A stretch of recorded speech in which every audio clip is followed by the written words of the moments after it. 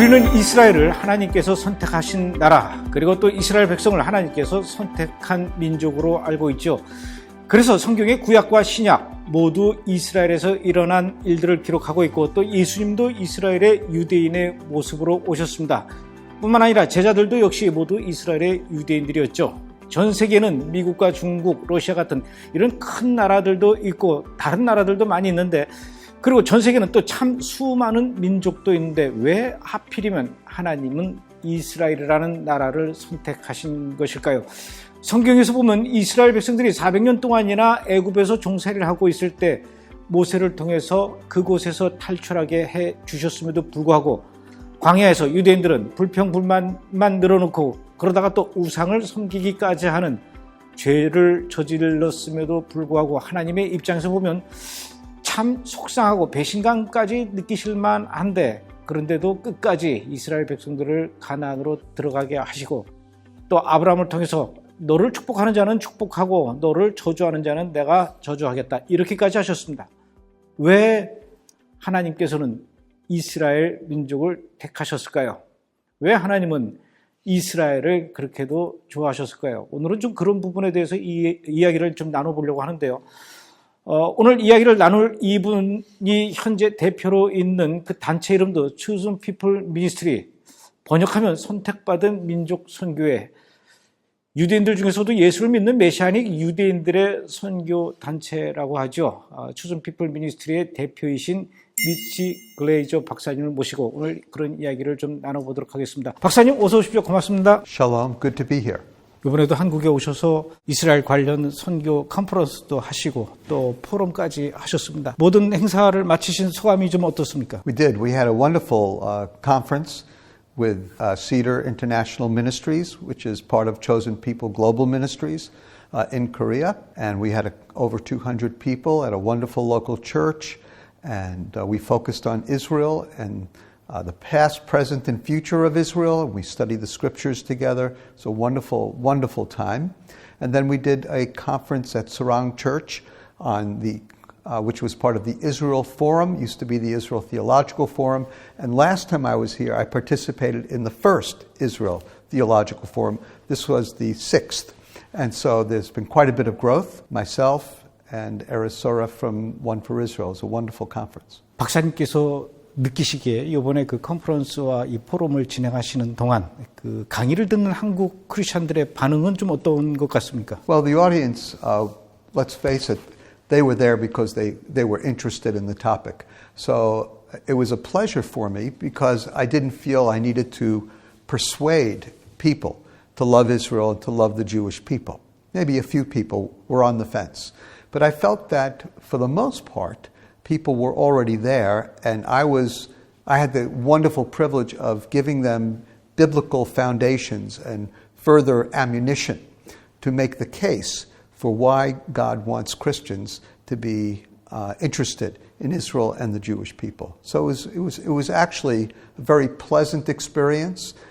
In some ways, the brothers and sisters here are more enthusiastic than some of the Christians in the United States. So I was very encouraged. 제가 조금 전에 Chosen People Ministry의 대표라고 이렇게 제가 소개해드렸는데, Chosen People Ministry 어떤 곳인지 좀 소개를 해주시죠. We are celebrating our 125th year as a ministry. And so we started Chosen People Ministries in 1894. It began when a rabbi from Hungary, Leopold Kohn, came to the United States and heard the gospel in Yiddish. And it was a young Polish Presbyterian preacher on the Lower East Side of Manhattan. And Rabbi Cohen came to faith in Jesus the Messiah, immediately began sharing the gospel with his Jewish people, helping them. And Chosen People over the years has grown. We're now in 19 countries, 25 cities in North America, and we have a couple of hundred staff globally in our partnership. And we continue to reach Jewish people with the good news of Yeshua. Our main purpose as a ministry is to tell Jewish people about the Messiah, Yeshua, and then to disciple those who come to faith. We also do a lot of relief work. For example, in Israel, we work with Holocaust survivors and help them greatly. But our main work is to evangelize and disciple Jewish people and to help our brothers and sisters in Christ whether they're in Korea or the United States, to learn how to share the gospel with Jewish people and to provide them with good materials so that they can be more effective in sharing the gospel. 자, 그럼 이제 제가 조금 전에 오프닝 멘트 때 그 이스라엘은 선택받은 나라, 선택받은 민족이라고 이제 이야기했는데 창세기 12장에 보면은 하나님께서 아브라함에게 말씀하시되 너는 너의 고향과 친척과 아버지 집을 떠나 내가 네게 보여줄 땅으로 가라. 보통 이제 우리가 이스라엘을 이제 하나님께서 선택하셨다라는 이야기를 할 때 하나님께서 아브라함을 향한 부르심 이것 때문에 이제 이스라엘을 이제 하나님께서 선택하셨다 이렇게 이야기를 하는데 하나님께서 아브라함을 굳이 선택하신 이유는 뭘까요? 예를 들어서 아브라함의 동생 나홀도 있고 또 아브라함의 아버지 데라도 있는데 굳이 하나님께서 이렇게 아브라함에게 매력을 느끼신 특별한 이유가 있을까요? This is a question that many people ask and is a great question, and it's actually a question that the rabbis talk about in the Talmud and other rabbinic writings. There's a lot on Abraham, almost as much as there is on Moses. And so Jewish people are fascinated with Abraham and always have been. And the question is, why did God choose Abram? From one perspective, it's a little easy to understand if you trace from Genesis 3:15, the first messianic prophecy in the Bible, where God says to Adam and Eve that there will be enmity between the seed of the serpent and the seed of the woman, and one day the seed of the woman will crush the head of the seed of the serpent. And so with the first sin came the first prophecy of hope and redemption. And then, of course, we had the flood. In Genesis chapter 9, you see that after the flood, you see that the promised line of redemption would not go through Japheth, would not go through Canaan, but would go through Shem. And so as you progress towards Genesis 12, you see at the end of Genesis 11 that Abram's father, Terah, was a descendant of Shem. So we know that one of the reasons God probably chose Abram is that he was from the correct lineage. He was from the tribe of Shem. And I think that that's very important. The rest of it, we don't know why he chose Abram. There's a great story that the rabbis tell. It's a very humorous story. Abram's father, Terah, made idols. And he taught Abram to make idols. One day, Terah went out from the idol-making shop. This is the rabbis, not the Bible. So Terah went out to do an errand and left young Abram alone in the idol-making shop. And so Abram took a hammer and he began smashing all the idols. And then he left one idol intact. And he took the hammer and put it into the hands of the one idol. And then when Terah came back from his errand, he said, Abram, who did this? And Abram said, I don't know, Father. Ask him. The rabbis tell that story to teach two lessons. One, to show the foolishness of idolatry. And they actually quote from Isaiah in that, where one day you cut down a tree and you use the wood for fire. Then the next thing you do is you create an idol and you worship the idol that came from the same tree. So it's the futility and foolishness of idolatry. But the rabbis also tell this story to show that God made the right choice. He picked the right person, Abram, and that he was a righteous young man, and that's why God chose him as well. So what really happened? We don't know. We'll have to ask Abram when we see him. 아브라함이 이제 하나님한테 이렇게 이제 선택을 받으면서 아브라함의 후손 유대인들이 선택받은 민족이 되면은 선택을 받았다라는 것은 동시에 선택받지 못한 민족, 선택받지 못한 사람들도 있다라는 것인데, 그럼 아브라함으로 인해서 이제 이방인이 구별이 되는 그런 겁니까? Yes and no. I do believe that the human race was all the same. And then with the choosing of Abram, we have the chosen people, the Hebrews, the Jews. And then we also have the other group of people, the Gentiles. when God says to Abram, I will bless those who bless thee and curse those who curse thee, and through you all the families of the earth shall be blessed. God is reaffirming that division now, because there are people who need to be blessed and a people who should do the blessing. And then there's a group of people who will then be the blessing to the nations of the world. So there's obviously now two groups. However, there's one thing that should not be missed, and that is the Jewish people were chosen for a purpose. They were chosen to bless the nations. That was the mission. That was the calling of the Jewish people. They were to be Or HaGoyim. They were to be a light to the nations, to reveal the one true God to the nations of the world, a bridge of redemption. But let's not forget that it's not as if God chose the Jewish people out of all the other peoples of the earth. The Jewish people didn't exist. So God took an elderly couple and gave them a miraculous child, Isaac. And it was through this miraculous birth and this miraculous child that the Jewish people came into existence. So it's important to understand, as I'm sure you know, that the Jewish people were not only chosen to be a blessing, but they were created by God. So when God wanted to bring His message to humanity, He created His own people. 그럼 유대인이 선택받은 민족이라고 하면은 선택받지 않은 이방인들 입장에서 그럼 왜 우리는 선택받지 못했지? 우리가 도대체 유대인들보다 못한 게 뭐가 있을까? 이러면서 기분 나빠하고 불편해할 수도 있어요. 이 부분에 대해서는 뭐라고 설명하실 수 있겠습니까? You know, there's a great movie called Fiddler on the Roof. And there's one scene in Fiddler on the Roof which I think explains the Jewish understanding of being chosen. Reb Tevye, the main character in the movie, the milkman, with the daughters who wouldn't marry the people he told them to marry. And so one day, the captain of the Ukrainian army gets drunk. And he finds Tevye, who he thinks is his friend. And he tells Tevye, drink some vodka. And of course, Tevye makes believe he drinks the vodka and doesn't drink the vodka because he knows something not very good is about to happen. And so the drunk Ukrainian captain says, Tevye, we like you, we think you're good, but pretty soon the Cossacks are going to come in and they're going to throw all of you out of Anatevka and send you on your way out of Russia. And Tevye, of course, is devastated. But he doesn't show that he's devastated. He makes believe he's drunk, he laughs, and so on. And he goes off to the side, the captain leaves, and there's a very beautiful moment with Tevye. He looks up to heaven and he says, Lord, next time, choose somebody else.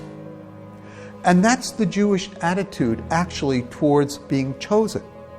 Being chosen is never a matter of privilege. It's actually a matter of obligation. God chose us not to be self-serving, but God chose us to be a light to the nations. We didn't do anything to deserve to be chosen. God just decided to create us, and we are called to take on this obligation of being a light to the nations.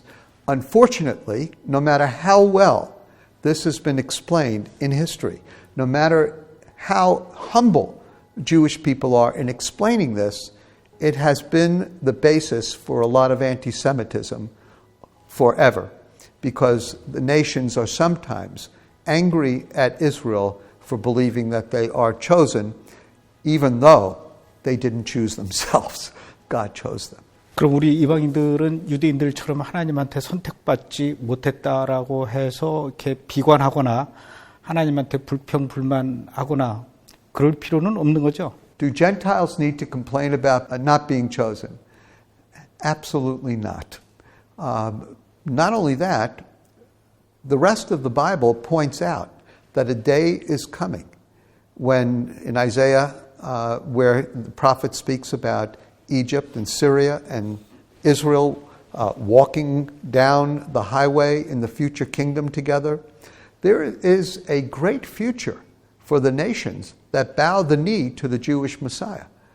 And there's a great future for Israel when Israel humbles herself before the Jewish Messiah.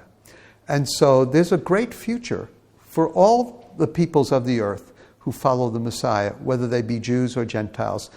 That's something to be happy about. 박사님도 유대인이시니까 여쭤보겠는데 혹시 그 유대인들이 우리 민족은 하나님으로부터 선택받은 민족이다 이런 생각 때문에 혹시 우월감을 갖고 있거나 또는 교만하거나 자만심을 갖고 있는 유대인들도 혹시 보셨습니까? I think to really understand this, because I was raised in a more Orthodox Jewish home. I live in New York City. I live among hundreds of thousands of Haredim, ultra-Orthodox Jews. And if anybody would be tempted to pride about being Jewish, it would be the Haredim, those who are ultra-Orthodox. But when you get to really know the ultra-Orthodox, it's really not quite pride. But there are two things that can be read as pride, but they're not really pride. Number one, they believe God wants them to be separate from the nations. And so it's this separation that the Haredim, the ultra-Orthodox Jews, express by living among themselves. Not sometimes people get upset where I met an Orthodox Jew and they wouldn't even talk to me. Well, they're so arrogant. Well, it's not arrogance, really. It's a desire to remain separate from the nations, from the Gentiles. That is their understanding. Number two, when it comes to being chosen, actually, because of the level of persecution that Jewish people have experienced, they have reinterpreted the call of God to be separate and to be chosen as a call of God to survive, because they want to see the prophetic word come true, and they feel they have a role in that. And so they stay separate from the world, and they do everything they can to survive as a people. So this desire to stay apart, this desire to survive, can oftentimes be read as arrogance, when it's not truly arrogant. I'm not saying that an Orthodox Jew can't be arrogant any more than a secular Jew can be arrogant. But I don't think it's really arrogance. I think it's these other factors. 유대인들이 하나님으로부터 선택받은 민족이라는 것 때문에 물론 자부심도 있겠지만 동시에 저는 저희 집에서 장남인데 그러다 보니까 때로는 장남이 부담스러울 때도 있습니다. 왜냐하면 책임져야 할 부분도 있고 또 뭐 의무감도 있어야 되고 그런 부분에서 유대인들이 왜 굳이 하나님이 우리를 선택하셨을까? 그런 거에 대해서 혹시 이렇게 부담감을 느끼거나 그런 사람들도 있습니까? Let me be very honest with you about answering that very good question, because I'm a firstborn man also. And as a Jewish man with two younger sisters, I also have a lot of responsibility, so I understand the question. I would say that the current Haredim think very little, actually, about the Gentiles. I think they're more concerned about staying separate than being a light. And that's the honest truth.